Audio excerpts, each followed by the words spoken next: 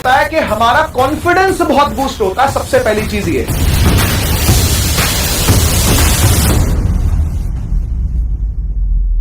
अगर आपने 100 number score करने हैं तो ये बिना हार्डवर्क के नहीं हो सकता। प्लीज सबसे पहले किस्मत को दोष देना बंद कर देना भाई।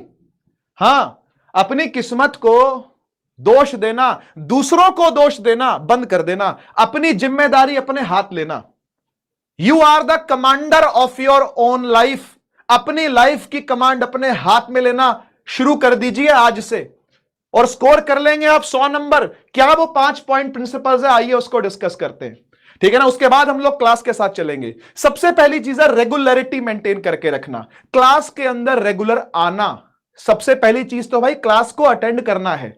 अगर आपने क्लास को अटेंड ही नहीं किया तो फिर क्लास समझ में कैसे आएगी, और 100 नंबर तो भूल जाओ यार, है ना। अगर आप चाहते हो फुल मार्क्स स्कोर करना तो ये मेरा फर्ज बनता है कि मैं इसको पहले दिन ही बताऊं कि कैसे 100 नंबर तक जाना है, कैसे आपको 100 मार्क्स तक पहुंचना है। यह क्लास के पहले दिन ही बता दिया जाए ना, तो जिस रास्ते पर आपको चलना है ना, वो रास्ता आपको पहले से क्लियर हो जाएगा, है ना। तो इसलिए रेगुलरिटी मेंटेन करके रखनी है क्लास के अंदर, कंसिस्टेंसी मेंटेन करके रखनी है क्लास के अंदर, रेगुलर आना है क्लास में। और रेगुलर आने के साथ साथ आपको नोट्स प्रिपेयर करने हैं, है ना। आप क्लास 9th में थे तो ऐसा नहीं कि आपको नहीं पता नोट्स क्या होते हैं, नोट्स कैसे प्रिपेयर होते हैं, ठीक है। एक 8th क्लास से 9th क्लास में बच्चा जाता है ना, तो छोटा होता है, मासूम होता है, उसने अभी क्लास 9th की उठा पटक नहीं देखी होती, उसको नहीं पता होता कि एक वेक्टर स्केलर नाम की चीज आएगी, कोई वेलोसिटी और एक्सेलरेशन नाम की चीजें आएंगी, कोई ऐसा यूनिट लगाने पड़ेंगे, है ना, और कहीं पर कैलकुलेशन करने पड़ेंगे, 10 की पावर में जाकर के कुछ कुछ काटना पड़ेगा, और ऐसे न्यूमेरिकलों का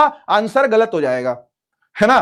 तो ये बातें उसने नहीं देखी होती, तो उसको नहीं पता नोट्स क्या है। लेकिन आप 10th क्लास में आ चुके हो, आपको पता है कि नोट्स क्या होते हैं, नोट मेकिंग कैसे करी जाती है।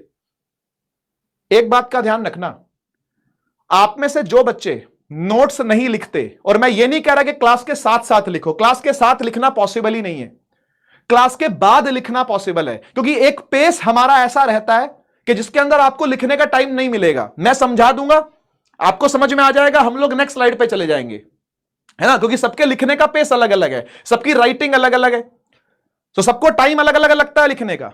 सही बात है कि नहीं। तो इसलिए क्लास के साथ में नोट्स नहीं बनेंगे, क्लास के बाद नोट्स बनेंगे, 15 मिनट लगा करके बनाने हैं। अगर 1.5 घंटे क्लास होती है, 1.5 घंटे वैसे नहीं जाएगी, 1.25 घंटा लगा के चलते हैं। आज तो थोड़ा सा इंट्रोडक्शन में दे रहा हूं, इसलिए थोड़ी लंबी क्लास जा सकती है, अदरवाइज 1.25 घंटे की मान लो क्लास गई है, 1 घंटा 15 मिनट की क्लास गई है, तो बचे हुए 15 मिनट जो होंगे ना बाद के, आपने उनमें नोट्स लिखने हैं, ठीक है ना। आपको पता है एक बात, हम अपने माइंड के साथ ना बड़ा ही बुरा व्यवहार करते हैं। हमारा ये जो माइंड है ना, हमें यह लगता है कि ये जो माइंड है ना, ये डेटा स्टोरेज का डिवाइस है। No, this mind is not data storage device. ये दिमाग डेटा स्टोर करने का सबसे खराब डिवाइस है, ये डेटा एनालिसिस करने का सबसे अच्छा डिवाइस है। इस बात को ध्यान रखना।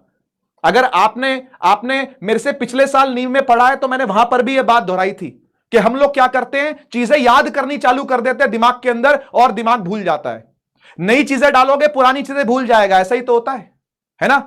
तो भाई नोट्स बनाने के लिए रजिस्टर जो आपको चाहिए ना, वो रजिस्टर के अंदर आपने डेटा